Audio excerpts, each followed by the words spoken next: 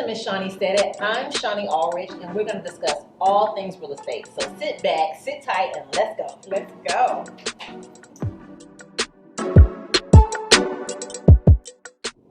We are back on Miss Shonnie Said It. I'm Ashika Mitchell. I'm sitting here with Miss Shonnie Allrich. Yes. So, Shonnie, what are we talking about today? We're going to discuss knowing what you can afford before you start house hunting. Oh, I like that. That's a good topic. Important. Oh, man, it's really important. Yeah, because you don't want to fall in love with a home and you can't afford it. Right. Yeah, simple as that. So, we had some clients that we were looking at homes and, we knew that they had the income, right? So they fall in love with the home, but lo and behold, they couldn't qualify to purchase it because they had too much debt. Now, had we known that beforehand, we wouldn't have wasted time and gotten feelings hurt. So it's really important to go in sequential order when it comes to, your home buying process. Absolutely. Yeah. So make sure you get pre-qualified first, get Mhm. pre-approved. Yep. And then, like you said, know your debt to income ratio. Right. Then you'll be good. Yeah. Do you need access to some amazing mortgage lenders? Well, we have a network of amazing professionals that can get the job done for you. So make sure you connect with us on social media, Facebook, Instagram, and Twitter. And we also have our website. Can't wait to connect with you. We'll see you soon. Okay, so let's talk about some methods to know exactly what you can qualify for. So first and foremost, if you're financing, you can do one of two things. You can do a pre-qualification or a pre-approval. Yep. The pre-qualification is pretty much going to be like a snapshot. Very lightweight. Very lightweight. Just kind of look at, okay, well, you could possibly afford something in the $200,000 range. That's what a pre-qualification does. It kind of tells you a little bit about, okay, well, you could do this. Yeah. As opposed to the pre-approval, right, which goes a little bit more in depth, right? Yeah. So the pre-approval is, means that mortgage lender has gathered supporting documentation. They definitely pulled that credit. They know that you're employed. So they're able to pull all these different things together to really see, like, seriously, you can afford this amount of home. Okay. So with the pre-qual, they don't really go into depth. They know that you have a job and you're making money, but they don't know all the details, right? Credit cards, student loans, the car note, the this, that. They don't know. And the other stuff.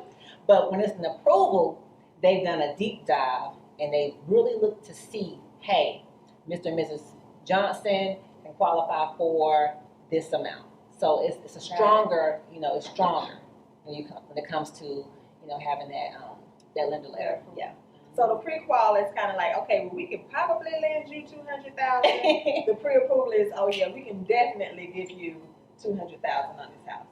So that's the difference between the two. Okay, cool. Yeah. And so it's really important. Like if you go and find a place and you submit your pre-qual letter, that may work. But when you have that pre-approval letter, that seller is like, hey, this looks good. Like we'll go ahead and sign off on this, because they've done more, right? It's more, it feels more concrete that this person has a pre-approval versus just a lightweight pre-qual. Yeah. Okay, cool. And what other homework if somebody's looking to purchase, is there any other type of homework that someone can do on their own before they even get to that step of a lender? Yeah, I would say really start thinking about your debt versus your income.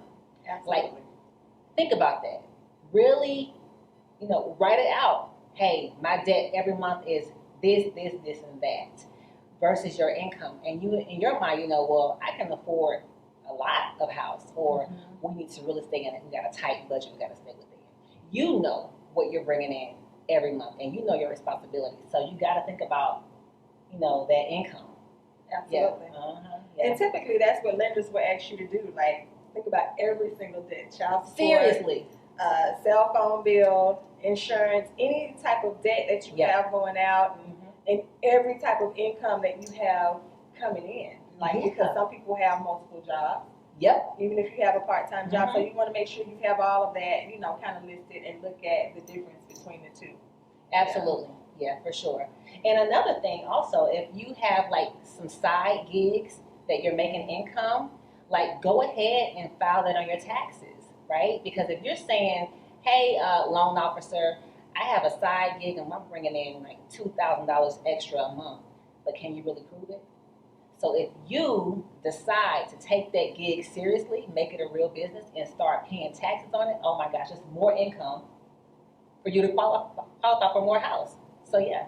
$2,000 a month is a good gig. That's a really good gig. I want that gig. Yeah, I know. Yeah, but yeah, it'll help. It's additional income. Yeah.